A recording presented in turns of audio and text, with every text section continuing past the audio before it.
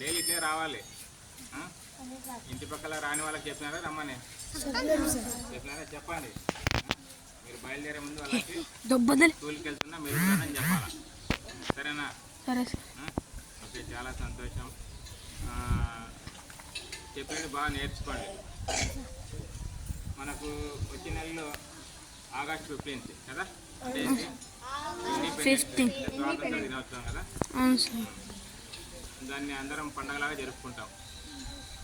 దానికి సంబంధించినటువంటి ఆటల పోటీలు, తర్వాత essay writing, electrician competition, quiz ఇవన్నీ జరుగుతాయి. నిన్న ఎలక్ట్రీషియన్ కాంపిటీషన్ జరిగింది కదా, మాట్లాడినా అడవుల్లో వచ్చే వల్ల ప్రయోజనాలు కదా. ఈరోజు మీకు ఎస్సే రైటింగ్ ఉంటుంది. ఈ ఎస్సే రైటింగ్ ఏంటంటే స్కూల్కి వస్తే లాభాలు ఏంటి, అది మీరు రాయాల్సి ఉంటుంది. గుర్తుంచుకోండి. రాసే వాళ్ళంతా ఒక రూమ్లో ఉంటే ఏమేమి పేపర్లు ఇస్తాం, మీరు రాయాలి. నిన్న మేడం వాళ్ళు అది ఎలక్ట్రీషియన్ చక్కగా కండక్ట్ చేసినారు. వాళ్ళకి స్కూల్ తరఫున, పిల్లల తరఫున ధన్యవాదాలు తెలుపుతున్నాం వాళ్ళకు. సరే, ఈరోజు కూడా చక్కగా రాయండి. సరేనా? తర్వాత ఈరోజు మన 11వ రాష్ట్రపతి అబ్దుల్ కలాం. ఎవరు?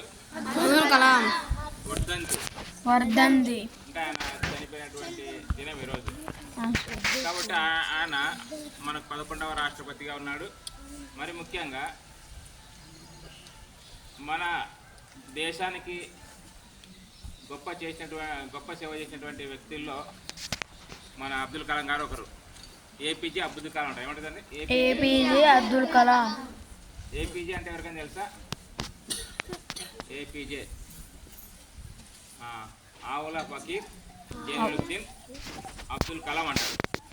అర్థమైందా? కాబట్టి ఆయన క్షిపణి, ఆయన ముఖ్యంగా ఏమని పిలుస్తారంటే ఇండియన్ మిసైల్ మ్యాన్ అంటారు. చెప్పండి.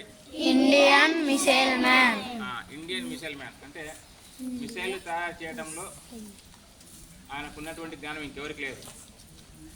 కాబట్టి అందుకోసం ఆయన ఇండియన్ మిసైల్ మ్యాన్ అంటారు. ఇంకోటి ఏంటంటే ఆయన వింగ్స్ ఆన్ ఫైర్. చెప్పండి. వింగ్స్ ఆన్ ఫైర్ అనేటువంటి ఒక పుస్తకం రాసినాడు. వింగ్స్ ఆన్ ఫైర్ అంటే ఆయన జీవిత చరిత్ర. అర్థమైందా? కాబట్టి ఇవి చాలా ఇంపార్టెంట్. అబ్దుల్ కలాం గారు రాసినటువంటి ఆటోబయోగ్రఫీ అంటే జీవిత చరిత్ర పుస్తకం పేరేం పేరు అని అడుగుతారు కొన్నిసార్లు. కాబట్టి బాగా చదవండి.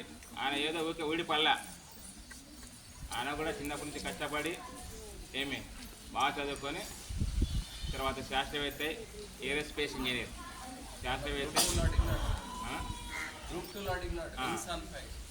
తర్వాత ఇంకోటి ఏంటంటే తమిళనాడు రాష్ట్రంలో పుట్టినాడు, రామేశ్వరంలో. తమిళనాడు రాష్ట్రం రామేశ్వరంలో పుట్టినాడు. ఇవన్నీ మీరు గుర్తుంచుకోండి. బాగా కష్టపడి చదవండి. చదివితే మంచి భవిష్యత్తు ఉంటుంది. దేవుని దయ వల్ల బాగా చెప్పేటువంటి టీచర్లు అందరం ఉన్నాం. అది గుర్తుంచుకోండి. మీరు బాగా నేర్చుకోండి. సరేనా? Okay, thank you.